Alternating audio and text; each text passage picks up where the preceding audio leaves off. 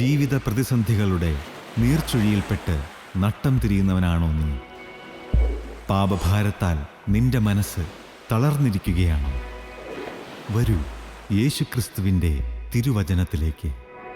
ക്രൂശിക്കപ്പെട്ട ക്രിസ്തുവിനെ മാത്രം പ്രസംഗിക്കുന്ന ക്രിസ്ത്യൻ റിവൈവൽ ഫെലോഷിപ്പിൻ്റെ രാജ്യാന്തര സുവിശേഷ മഹായോഗം ഡിസംബർ 27 മുതൽ 31 വരെ കോലഞ്ചേരി ഞാറ്റുംകാലായിൽ ഹിൽ ടോപ്പിൽ വച്ച് നടത്തപ്പെടുമ്പോൾ പ്രത്യാശ നൽകുന്ന ക്രിസ്തുവിൻ്റെ അദൃശ്യകരങ്ങൾ നിന്നെ സ്പർശിക്കട്ടെ. വീണുപോയാൽ നിങ്ങൾ എഴുന്നേൽപ്പിക്കുന്ന കരം. വീണുപോയോ? പേടിക്കണ്ട, അടുത്ത് താങ്ങാൻ യേശുവുണ്ട്. ക്രിസ്ത്യൻ റിവൈവൽ ഫെലോഷിപ്പിലെ കർത്തൃ ശുശ്രൂഷകർ വിവിധ ശുശ്രൂഷകൾക്ക് നേതൃത്വം നൽകുന്നു. ഇപ്പോൾ ദൈവസന്നിധിയിൽ വിശ്രമിക്കുന്ന യശശരീരനായ പ്രൊഫസർ MY യോഹന്നാൻ സാർ ചെയ്ത അനശ്വരമായ വചന ശുശ്രൂഷകളും നിങ്ങൾക്ക് ശ്രവിക്കാം. സഭയുടെയും സമുദായത്തിൻ്റെയും അതിർവരമ്പുകൾക്കതീതമായി നിങ്ങളെ സ്നേഹിക്കുന്ന യേശുവിൻ്റെ വചനത്തിലേക്ക്, ഈ വചനവേദിയിലേക്ക് നിങ്ങളെ സ്നേഹത്തോടെ സ്വാഗതം ചെയ്യുന്നു.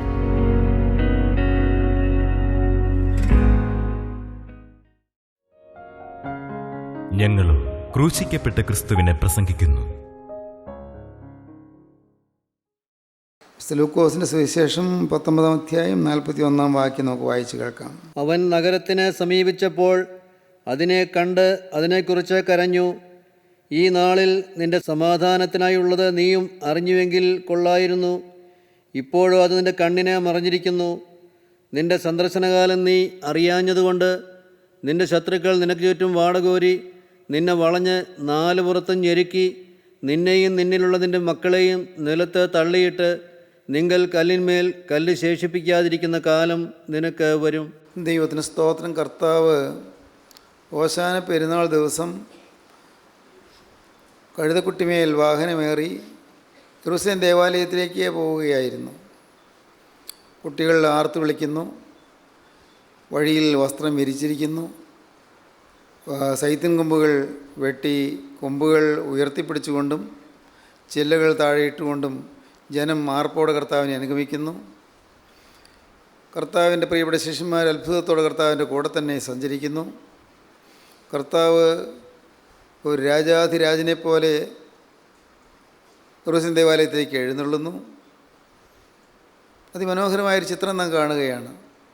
പുഷ്പവൃഷ്ടി, അനുഗ്രഹീതമായ സ്തോത്ര ശബ്ദം, ആരാധനയുടെ സുഖകരമായ ശബ്ദാരവം. ദൈവത്തിന് സ്തോത്രം. കർത്താവ് പക്ഷേ അങ്ങ് ദൂരെ ഉയരെ നിൽക്കുന്ന, നല്ല തലയെടുപ്പോടെ നിൽക്കുന്ന യെരൂശലേം ദേവാലയത്തിലേക്ക് നോക്കിക്കൊണ്ട് കർത്താവ് കരയുകയാണ്. യെരൂശലേമിനോട് സമീപിച്ചുകൊണ്ടിരിക്കുകയാണ്. യെരൂശലേം ദേവാലയത്തിൽ അങ്ങ് ദൂരെ നിന്ന് കാണുകയാണ്. കർത്താവ് കരയുകയാണ്. നഗരത്തോട് സമീപിച്ചപ്പോൾ കർത്താവ് അതിനെ നോക്കി കർത്താവ് കരഞ്ഞു. വായിക്കുന്നത് അങ്ങനെയാണ്. കർത്താവ് നഗരത്തെ കണ്ട് അതിനെക്കുറിച്ച് കരഞ്ഞു.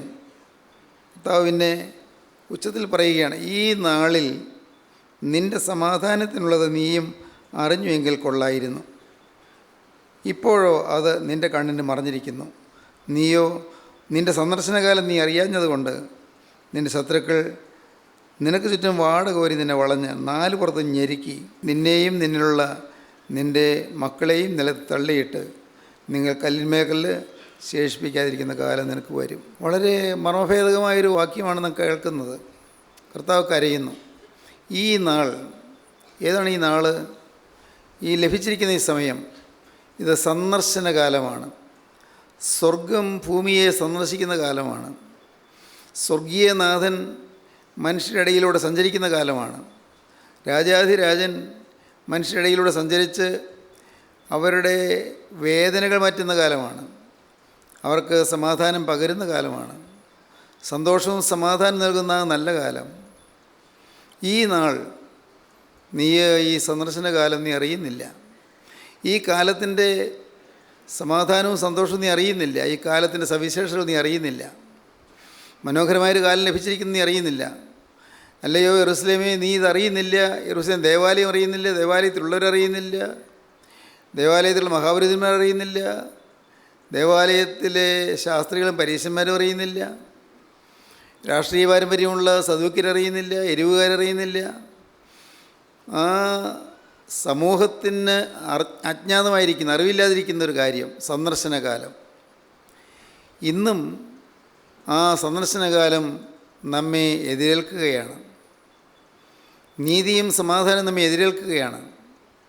കർത്താവായ യേശുക്രിസ്തു നമ്മുടെ ഇടയിലൂടെ സഞ്ചരിക്കുകയാണ്. മനുഷ്യരും അതറിയുന്നില്ല, നാം അത് ഗ്രഹിക്കുന്നില്ല, അത് നമുക്ക് മറഞ്ഞിരിക്കുകയാണ്. ഏറ്റവും അനുഗ്രഹീതമായൊരു കാലം, നമുക്ക് വരാൻ പോകുന്ന നാശത്തിൽ നിന്ന് രക്ഷപ്പെടാൻ പറ്റുന്നൊരു കാലം, വരാൻ പോകുന്ന ശിക്ഷാവിധിയിൽ നിന്ന് മോചനം പ്രാപിക്കാനുള്ളൊരു കാലം, ഏറ്റവും നല്ല കാലം, നമ്മുടെ പാവങ്ങളൊക്കെയും ക്ഷമിച്ചു തരുന്നൊരു കാലം, നമ്മുടെ ജീവിതത്തിലെ ബാധകൾ മാറ്റുന്നൊരു കാലം, കുടുംബത്തിൽ സമാധാനം തരുന്നൊരു കാലം. ഈ സന്ദർശനകാലം അനേകരറിയാതിരിക്കുന്നു. ദൈവത്തിന് സ്തോത്രം. നമ്മുടെ സമൂഹത്തിൽ ഈ എത്രയോ കുടുംബങ്ങളാണ് കൊടിയ ദുരിതത്തിൽ കഴിഞ്ഞുകൂടുന്നത്. എന്നും ദുഃഖവും, എന്നും ദുരിതവും, എന്നും യാതനയും വേദനയുമായി എത്രയോ കുടുംബങ്ങൾ പരസ്പരം സ്നേഹമില്ലാതെ, പരസ്പരം ശണ്ഠയിലായി, പരസ്പരം കലഹത്തിലായി കഴിയുന്ന കുടുംബങ്ങൾ. ഭാര്യയും ഭർത്താവും ഒരു വീട്ടിൽ കഴിയുന്നു, പക്ഷേ പരസ്പരം മിണ്ടാട്ടമില്ലാതെ, സ്നേഹമില്ലാതെ, മുഖം കനപ്പിച്ച് കഴിഞ്ഞു കൂടുന്നു. അനേകം കുടുംബങ്ങളിൽ നിന്ന് എരിവരിക്കൊള്ളുകയാണ്. സമാധാനമില്ല, ആവശ്യത്തിന് പൈസയില്ല, രോഗത്തിന് ചികിത്സിക്കാൻ മാർഗമില്ല, രോഗത്തിൻ്റെ ഭയാനകമായ ആക്രമണം കൊണ്ട് വലയുന്നു.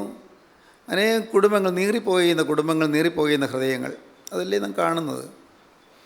സന്ദർശനകാലം ഇതെല്ലാം മാറി സമാധാനം തരുന്നൊരു കാലം കർത്താവ് നമുക്ക് തന്നിരിക്കുകയാണ്, ദാനമായി തന്നിരിക്കുകയാണ്. പക്ഷേ അനേകർക്ക് ഇത് മനസ്സിലാകുന്നില്ല. എന്താണ് വചനത്തിൻ്റെ ശക്തി എന്ന് പലരും ഗ്രഹിക്കുന്നില്ല. വചനം മൂലം ലഭിക്കുന്ന അനുഗ്രഹം പലർക്കും മനസ്സിലാകുന്നില്ല. ഏതോ ചില സ്ഥാപിത താല്പര്യത്തിന് വേണ്ടിയാണ് കൂട്ടായ്മ നടത്തുന്നതാണ് പലരുടെയും ധാരണ. പൈസ ഉണ്ടാക്കുവാനാണ് കൂട്ടായ്മ നടത്തുന്നത് ചിന്തിക്കുന്നവരുമുണ്ട്. ഇത് ഏതോ പേരിനും പെരുമയ്ക്കും വേണ്ടി ഒരു സമൂഹം ഇന്ന് വേർതിരിഞ്ഞു നിന്നുകൊണ്ട് തങ്ങളെ തന്നെ ഉയർത്താനുള്ള ശ്രമമാണെന്ന് ചിന്തിക്കുന്ന ആളുകളുണ്ട് പലതരത്തിൽ.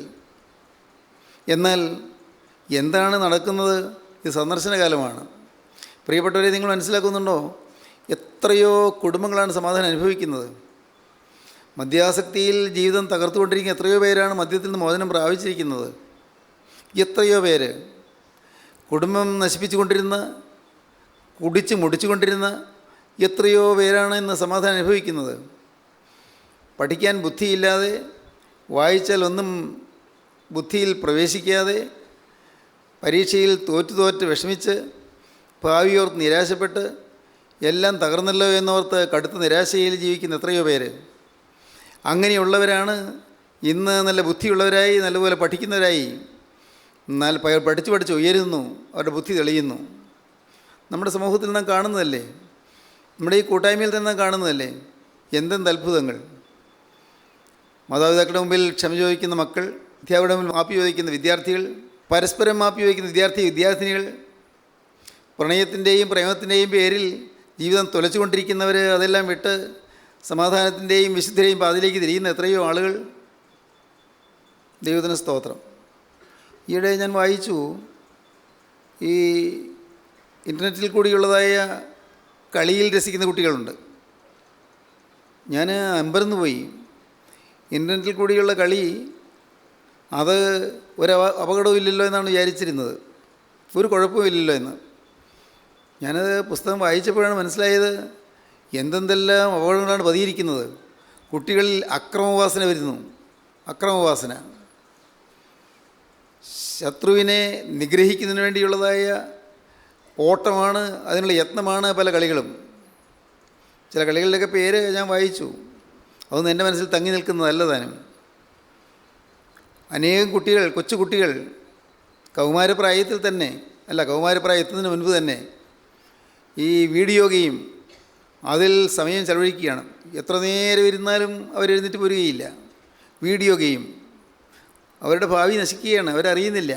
ബുദ്ധി മങ്ങിപ്പോവുകയാണ്, അവരറിയുന്നില്ല. ഒരു പ്രസിദ്ധ മനഃശാസ്ത്രജ്ഞൻ എഴുതിയ പുസ്തകമാണ് ഞാൻ വായിച്ചത്.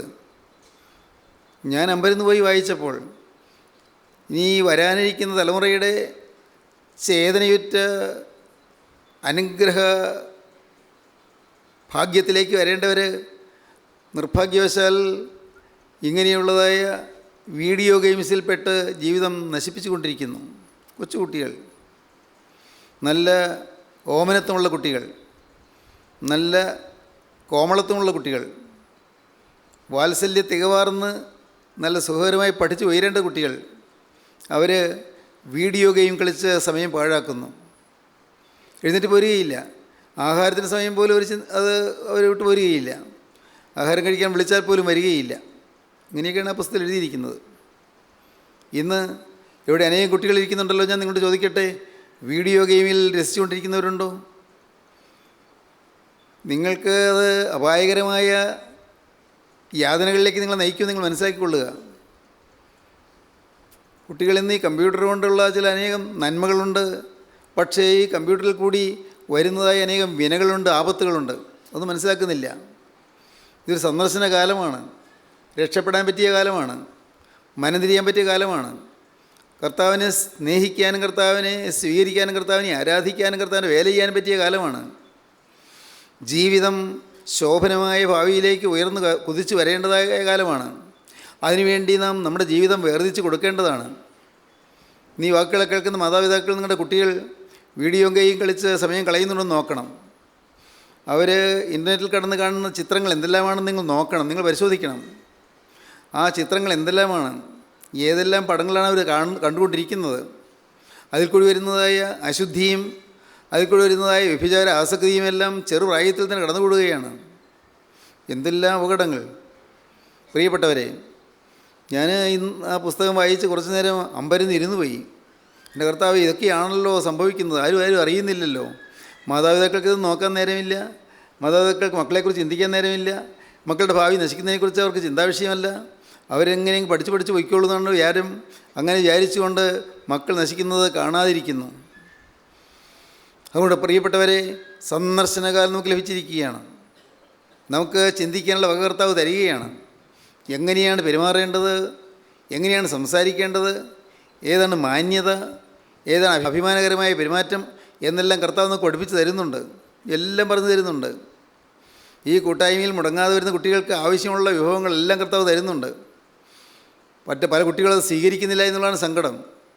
അവർ അത് സ്വീകരിക്കത്തക്കവണ്ണം മാതാപിതാക്കളൊരു മാതൃകയായി നിൽക്കുന്നില്ല എന്നുള്ള സങ്കടത്തോടെ ഓർക്കേണ്ടിയിരിക്കുന്നു. മാതാപിതാക്കൾ മാതൃകയായിരിക്കണം. മാതാപിതാക്കൾക്ക് ഇല്ലാത്ത ആത്മീയം കുട്ടികൾക്ക് കൊടുക്കാൻ പറ്റുകയില്ല. അമ്മയ്ക്കും അപ്പനും ഇല്ലാത്ത ആത്മീയം മക്കൾക്ക് കൊടുക്കാൻ ശ്രമിച്ചാൽ കിട്ടുകയില്ല. അമ്മയും അപ്പനും പ്രാർത്ഥിക്കുന്നവരായിരിക്കണം. അമ്മയും അപ്പനും ഈ അപായങ്ങളെക്കുറിച്ച് മനസ്സിൽ അറിവുള്ളവരായിരിക്കണം. വരാൻ സാധ്യതയുള്ളതായ അപകടങ്ങളെക്കുറിച്ച് മുൻകൂട്ടി ധാരണയുള്ളവരായിരിക്കണം.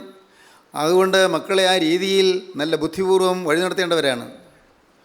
അധ്യാപകർക്ക് ഒരു നല്ല പങ്കുണ്ടെന്ന് എനിക്കറിയാം. അധ്യാപകർക്കും പങ്കുണ്ട്. പഴയകാലത്തുള്ള അധ്യാപകരെ പോലല്ല ഇന്ന്. പഴയകാലത്ത് ഇൻ്റർനെറ്റോ അല്ലെങ്കിൽ അതുപോലുള്ളതായ വീഡിയോ ഗെയിംസൊന്നും ഇല്ല. ഈ പഴയകാലത്ത് ഫേസ്ബുക്കും ഓർക്കൂട്ടും യൂട്യൂബും ഇതൊന്നും പഴയകാലത്തില്ല.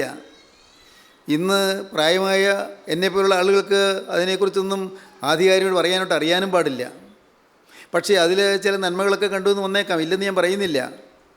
ചില സൗകര്യങ്ങളുണ്ടായിരിക്കാം. ഇന്ന് കമ്പ്യൂട്ടറിൻ്റെ സഹായം കൂടാതെ വിദ്യാഭ്യാസം മുന്നോട്ട് കൊണ്ടുപോകാൻ പറ്റാത്ത സ്ഥിതിയാണ്. കമ്പ്യൂട്ടർ വേണമെന്നാണ് ഞാൻ പറയുന്നത്. പക്ഷേ അത് അരുതാത്തതിന് ഉപയോഗിച്ച് പോകരുത്. നിങ്ങളുടെ കമ്പ്യൂട്ടർ ഉപയോഗിക്കുന്നത് അത്യാവശ്യത്തിന് ഉപയോഗിക്കാം, തീർച്ചയായിട്ടും ഉപയോഗിക്കാം. അല്ലാതെ നിങ്ങളുടെ വിലയേറിയ സമയം പാഴാക്കാൻ കമ്പ്യൂട്ടർ ഉപയോഗിക്കരുത്. നിങ്ങളുടെ ജീവിതത്തിൽ ചില ചിട്ടകൾ നിങ്ങൾ പാലിക്കണം.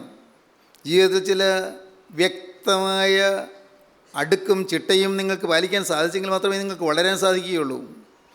നിങ്ങൾക്ക് ഉപകാരപ്പെടണം, നിങ്ങളുടെ മാതാപിതാക്കൾക്ക് ഉപകാരപ്പെടണം, നിങ്ങളുടെ സമൂഹത്തിന് ഉപകാരപ്പെടണം, നിങ്ങളുടെ അധ്യാപകർക്ക് ഉപകാരപ്പെടണം. നിങ്ങൾ മൂലം സമൂഹം ആനന്ദിക്കുകയും അഭിമാനിക്കുകയും ചെയ്യണം. സ്തോത്രം. അതിനെന്താണ് പോംവഴി? ഒരേ ഒരു പോംവഴിയുള്ളൂ. സന്ദർശനകാലം തിരിച്ചറിയുക. ക്രിസ്തു സന്ദർശിക്കുന്ന കാലം. നിങ്ങളുടെ അരികിലേക്ക് ക്രിസ്തു വരുന്നു, നിങ്ങളുടെ ഭവനത്തിലേക്ക് ക്രിസ്തു വരുന്നു, പ്രിയപ്പെട്ടവരെ, നിങ്ങൾക്കറിയാമോ, ഈ വേദപുസ്തകം നിങ്ങളുടെ വീട്ടിലുണ്ടെങ്കിൽ ക്രിസ്തു ആ വീട്ടിൽ വരികയാണ്. ആരെങ്കിലും അറിയുന്നുണ്ടോ? വേദപുസ്തകം മറിച്ച് നോക്കുന്നില്ല, വായിക്കുന്നില്ല. വല്ലപ്പോഴും ഒരിക്കലൊന്ന് വായിച്ചാലായി, അത്രയേ ഉള്ളൂ. കൃത്യമായി വേദപുസ്തകം വായിക്കുന്നുണ്ടോ? വായിക്കുന്നുണ്ടെങ്കിൽ മനസ്സിലാക്കുന്നുണ്ടോ? പലതും വായിക്കുന്നു, പക്ഷേ ഗ്രഹിക്കുന്നില്ല. അപ്പോസ്തലപ്രവൃത്തികളുടെ പുസ്തകത്തിൽ 8-ാം അധ്യായത്തിൽ സംഭവമുണ്ട്. ഒരു യാത്രയിൽ എത്യോപ്യ രാജ്ഞിയുടെ ഉന്നത ഉദ്യോഗസ്ഥനായ ഷണ്ടൻ തേരിലിരുന്ന് വേദപുസ്തകം വായിക്കുകയായിരുന്നു. രഥത്തിലിരുന്ന് വേദപുസ്തകം വായിക്കുകയായിരുന്നു. അപ്പോഴാണ് ദൈവത്തിൻ്റെ പരിശുദ്ധാത്മാവ് ഫിലിപ്പോസിനോട് പറഞ്ഞത്, തേരിനോട് ചേർന്ന് നടക്കുക എന്ന്. തേരിനോട് ചേർന്ന് നടക്കുക. അതിന് മുൻപ് ദൈവത്തിൻ്റെ ആത്മാവ് പറഞ്ഞിരുന്നു, ഗസയ്ക്കുള്ള നിർജ്ജനമായ വഴിയിലേക്ക് പോകാം എന്ന്. നിർജ്ജനമായ വഴിയിലേക്ക് എന്തിനാണ് പോകുന്നത്? ഫിലിപ്പോസിന് മനസ്സിലായില്ല. നിർജ്ജനമായ വഴിയിലേക്ക് കൂടെ എന്തിനു പോകണം? ഫിലിപ്പോസിന് മനസ്സിലായില്ല. പക്ഷേ ദൈവം കൽപ്പിച്ചു, പോയി. തേരിനോട് ചേർന്ന് നടക്കുക. ചേർന്ന് നടന്നു. അപ്പോഴാണ് ഈ ഷണ്ടൻ വേദപുസ്തകം വായിക്കുന്നു, യെശയ്യാപ്രവചനത്തിൻ്റെ പുസ്തകം വായിക്കുന്നു. ഫിലിപ്പോസ് ചോദിച്ചു, നീ വായിക്കുന്നത് ഗ്രഹിക്കുന്നുവോ? വായിക്കുന്നത് ഗ്രഹിക്കുന്നുവോ? അനേകരും വായിക്കുന്നത് ഗ്രഹിക്കുന്നില്ല. ഷണ്ടൻ ഉന്നത ഉദ്യോഗസ്ഥനാണ്. ആ എത്യോപ്യ രാജ്ഞിയുടെ ഏറ്റവും ഉയർന്ന ജീവിത നിലവാരമുള്ള മനുഷ്യനാണ്, വിദ്യാഭ്യാസമുള്ള മനുഷ്യനാണ്. പക്ഷേ വേദപുസ്തകം വായിച്ചിട്ട് ഗ്രഹിക്കാൻ പറ്റുന്നില്ല. ഗ്രഹിക്കാൻ പറ്റുന്നില്ലെങ്കിലും വായിക്കുകയായിരുന്നല്ലോ, നന്നായി. അതുകൊണ്ടാണല്ലോ ഫിലിപ്പോസ് ചോദിച്ചത്, നീ വായിക്കുന്നത് ഗ്രഹിക്കുന്നുവോ എന്ന്. നീ വായിക്കുന്നത് ഗ്രഹിക്കുന്നുവോ? ഇന്ന് അനേകരും വായിക്കുന്നുണ്ട്, പക്ഷേ ഗ്രഹിക്കുന്നില്ല. ബൈബിൾ വായിക്കണം, ബൈബിൾ ഗ്രഹിക്കണം. എന്താണ് ഈ വേദപുസ്തകത്തിൽ പറയുന്നത്? ഇത് ജീവൻ്റെ വചനമാണ്. ഇത് ആത്മാവിൻ്റെ ശബ്ദമാണ്, ആത്മാവിൻ്റെ അരുളപ്പാടാണ്. നിത്യനായ ദൈവമനുഷ്യനോട് സംസാരിക്കുന്നതാണ്. പാപിയായ മനുഷ്യനെ വീണ്ടെടുക്കാനുള്ള ദൈവത്തിൻ്റെ അത്യധ്വാനമാണ് ഈ ബൈബിൾ കാണുന്നത്. ഓരോരുത്തരെയും അവരുടെ തനി നിറത്തിൽ ദൈവം ഇവിടെ വെളിപ്പെടുത്തി തന്നിരിക്കുകയാണ്. ഓരോരുത്തരുടെയും പാകപ്പിഴകളും പാപങ്ങളും എല്ലാം ചൂണ്ടിക്കാണിച്ചുകൊണ്ട് തന്നെ ഓരോരുത്തരുടെയും തനി നിറത്തിൽ ദൈവാത്മാവ് ഓരോ കഥാപാത്രങ്ങളെയും കാണിച്ചു തരികയാണ്. ദൈവത്തിന് സ്തോത്രം. നമുക്ക് പാഠങ്ങൾ കിട്ടുകയാണ്. എന്നാൽ ഇന്ന് ഇതൊന്നും വായിക്കാനോ പഠിക്കാനോ ആളുകൾക്ക് നേരമില്ല. ദൈവത്തിന് സ്തോത്രം. നമ്മുടെ വിശുദ്ധ കുർബാനയിൽ നിങ്ങൾക്കറിയാമല്ലോ, പള്ളിയുടെ വടക്കേ നടയിൽ നിന്ന് സ്ലിഹ വായിക്കുന്നത് അപ്പോസ്തലപ്രവൃത്തികളുടെ പുസ്തകത്തിൽ നിന്നും പൊതു ലേഖനങ്ങളിൽ നിന്നുമാകുന്നു. തെക്കേ നടയിൽ നിന്ന് അപ്പോസ്തലനായ പൗലോസ് സ്ലീഹായുടെ ലേഖനങ്ങളിൽ നിന്ന് വായിക്കുന്നു. അതുകൊണ്ടാണ് അതിനു മുൻപ് പൗലോസ് സ്ലീഹ ധന്യൻ ചൊൽ കേട്ടേൻ ഇത് ഏവം. ധന്യനായ പൗലോസ് സ്ലീഹായുടെ ചൊല്ല് ഏവം ഇത് ഞാൻ കേട്ടു. ധന്യനായ പൗലോസ് സ്ലീഹായുടെ ശബ്ദം ഞാൻ കേട്ടു, പറഞ്ഞ് അരുളപ്പാട് ഞാൻ കേട്ടു. എന്നിട്ട് പൗലോസ് സ്ലീഹായുടെ ലേഖനത്തിലാണ് വായിക്കുന്നത്. ദൈവത്തിന് സ്തോത്രം. വേദപുസ്തകത്തിന് അത്ഭുത പ്രാധാന്യം, തിരുവചനത്തിൽ ഉള്ള വചനത്തിനുള്ളതായ പ്രാധാന്യം നാം കാണുന്നുണ്ട്. നമ്മുടെ വിശുദ്ധ ആരാധനയിൽ, നമ്മുടെ ശുശ്രൂഷകളിൽ, നമ്മുടെ ഓരോ പ്രാർത്ഥനകളിലും, നമ്മുടെ കൂദാശകളിൽ എല്ലാം വേദപുസ്തകത്തിന് അത്ഭുതകരമായ സ്വാധീനമുണ്ട്. വേദപുസ്തകം അത്ഭുതകരമായ പ്രാധാന്യം കൊടുത്തിട്ടുണ്ട്. അങ്ങനെയാണ് പിതാക്കന്മാർ വിഭാവനം ചെയ്തിട്ടുള്ളത്. അതിനുശേഷം മറുപുഹാകൾ ശബ്ദിക്കുമ്പോൾ, അപ്പോൾ മണികൾ കിലുങ്ങുമ്പോൾ, മെഴുകുതിരികൾ കത്തിച്ചുപിടിച്ചുകൊണ്ട് ശുശ്രൂഷക്കാർ നിരനിരന്ന് നിൽക്കുമ്പോൾ, അപ്പോഴിതാ പട്ടക്കാരൻ സ്ഥാനചിഹ്നങ്ങളണിഞ്ഞ വിശുദ്ധ വസ്ത്രാലങ്കാരത്തോടെ ഏറ്റവും ആഡംബരസമന്വിതനായി തിരികെ പടിഞ്ഞാറോട്ട് വന്ന് അവിടെ തിരുമേശയെങ്കിൽ നിന്നുകൊണ്ട് പട്ടക്കാരൻ വേദസുമർത്തി കർത്താവിൻ്റെ സുവിശേഷം വായിക്കുന്നു. ദൈവത്തിന് സ്തോത്രം. എത്ര ഭയഭക്തിയോടെയാണ് വേദപുസ്തകത്തെ അന്ന് സഭയുടെ പിതാക്കന്മാർ കണ്ടിരുന്നത്. ഇന്നോ വേദപുസ്തകത്തിന് സ്ഥാനമില്ല. വേദപുസ്തകം വെച്ചുകൊണ്ട് പ്രസംഗിക്കുന്ന പ്രസംഗങ്ങൾക്കും ഒരു വിലയുമില്ല. പലതും, എല്ലാം അല്ലായിരിക്കും, പലതും ഇന്ന് വേദപുസ്തകം എന്ന് പറയുവാൻ പോലും അറിയാത്തവരാണ് പറയുന്നത്. ഇന്ന് വേദപുസ്തകം എന്താണെന്ന് അറിയാത്തവരാണ് പറയുന്നത്. പ്രിയപ്പെട്ടവരെ, ഇന്നത്തെ സ്ഥിതിയിൽ ദൈവം നമുക്ക് തന്നിരിക്കുന്ന മഹാഭാഗ്യം, ഒരു സന്ദർശനകാലം നമുക്ക് വേണ്ടി ഒരുക്കി വച്ചിരിക്കുന്നു. നമുക്ക് വേണമെങ്കിൽ തിരിയാം. തിരിഞ്ഞാൽ നമുക്ക് മാനസാന്തരപ്പെടാം. ഇന്ന് സുപ്രസാദകാലം, ഇന്ന് രക്ഷാ ദിവസം. പഴയ കാലത്ത് നോഹയുടെ കാലത്ത് എന്താണ് ഉണ്ടായത് നിങ്ങൾക്കറിയാമല്ലോ. നോഹയുടെ കാലത്ത് സുപ്രസാദകാലം ലഭിച്ചു, രക്ഷാ ദിവസം ലഭിച്ചു, അനുഗ്രഹീതമായൊരു കാലയളവ് ലഭിച്ചു. ആർക്കും വന്ന് പെട്ടകത്തിൽ കയറാകുന്നൊരു കാലമുണ്ടായിരുന്നു. ആർക്കും കയറാം. പെട്ടകം ഒരുക്കിയിട്ടുണ്ട്, പെട്ടകം പണിതിട്ടുണ്ട്.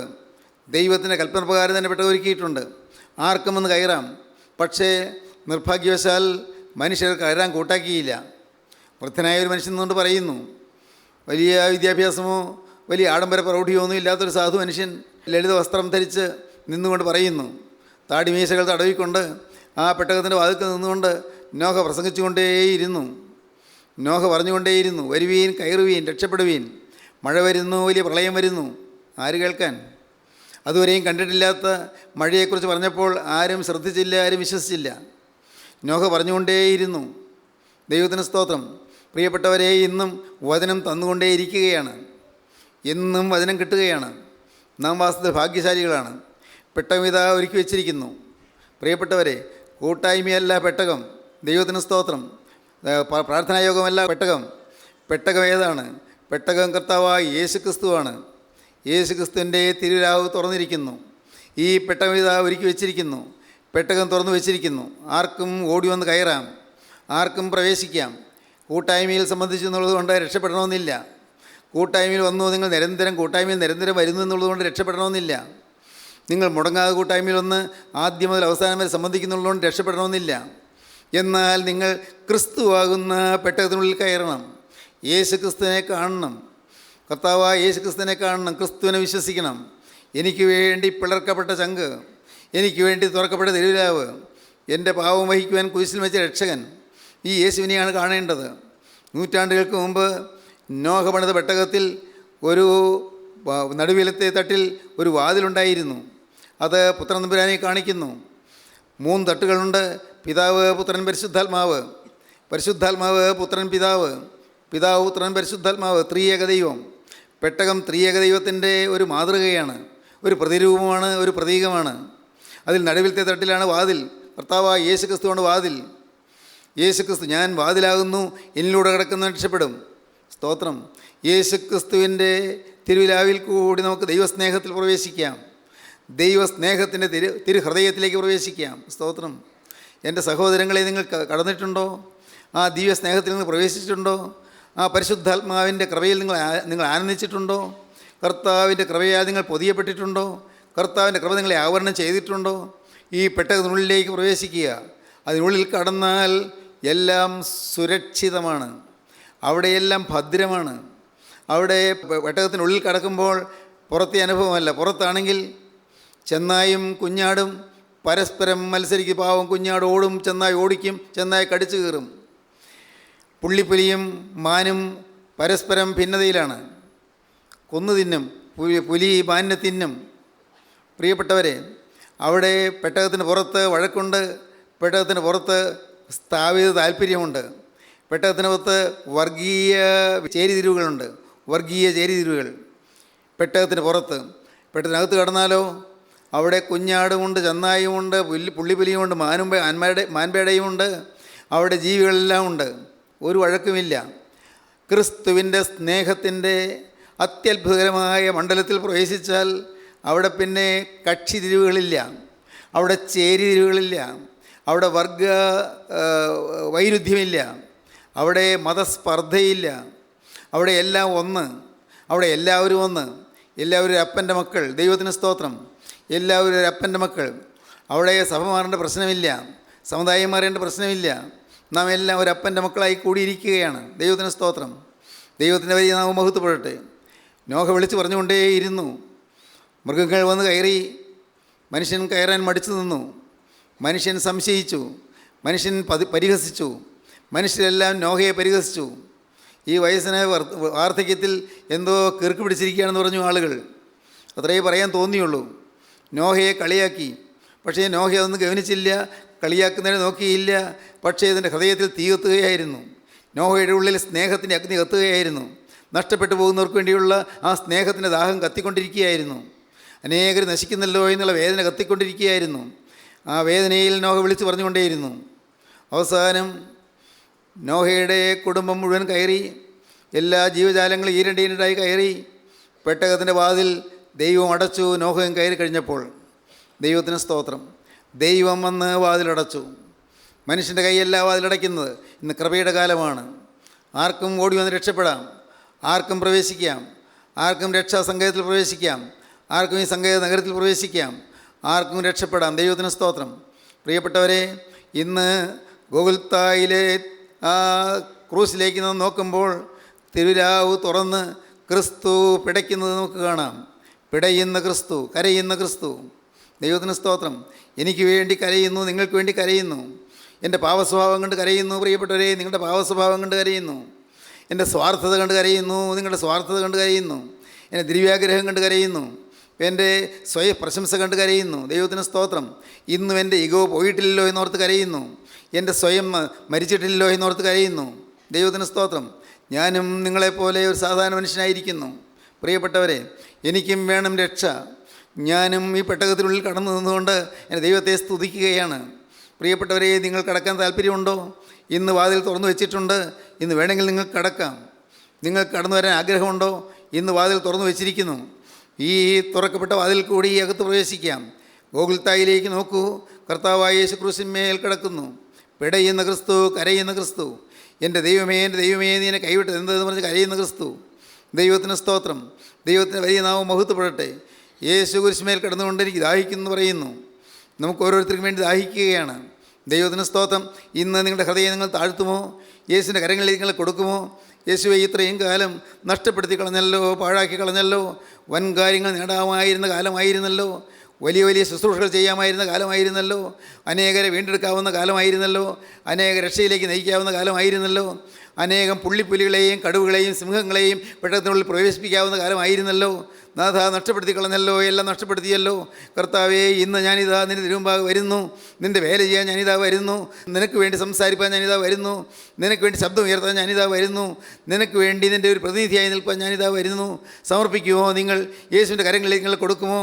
യേശുവിന് നിങ്ങൾ വാക്ക് പറയുമോ? യേശുവേ, ഇത്രയും കാലം പാഴാക്കി ഇന്ന് ഞാനിതാ രക്ഷാസംഘത്തിലേക്ക് ഓടി വരുന്നു.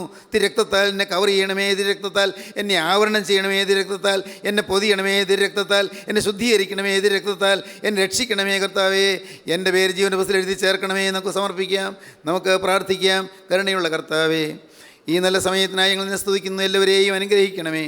രക്ഷാസങ്കേതം എന്ത് എന്ന് കാണിച്ചു കൊടുക്കണമേ. രക്ഷകനായ ക്രിസ്തുവിൻ്റെ സ്നേഹം കാണുവാൻ ഈ മക്കളുടെ ഹൃദയത്തെ തുറക്കണമേ. നാഥ, എല്ലാവരെയും അനുഗ്രഹിക്കണമേ.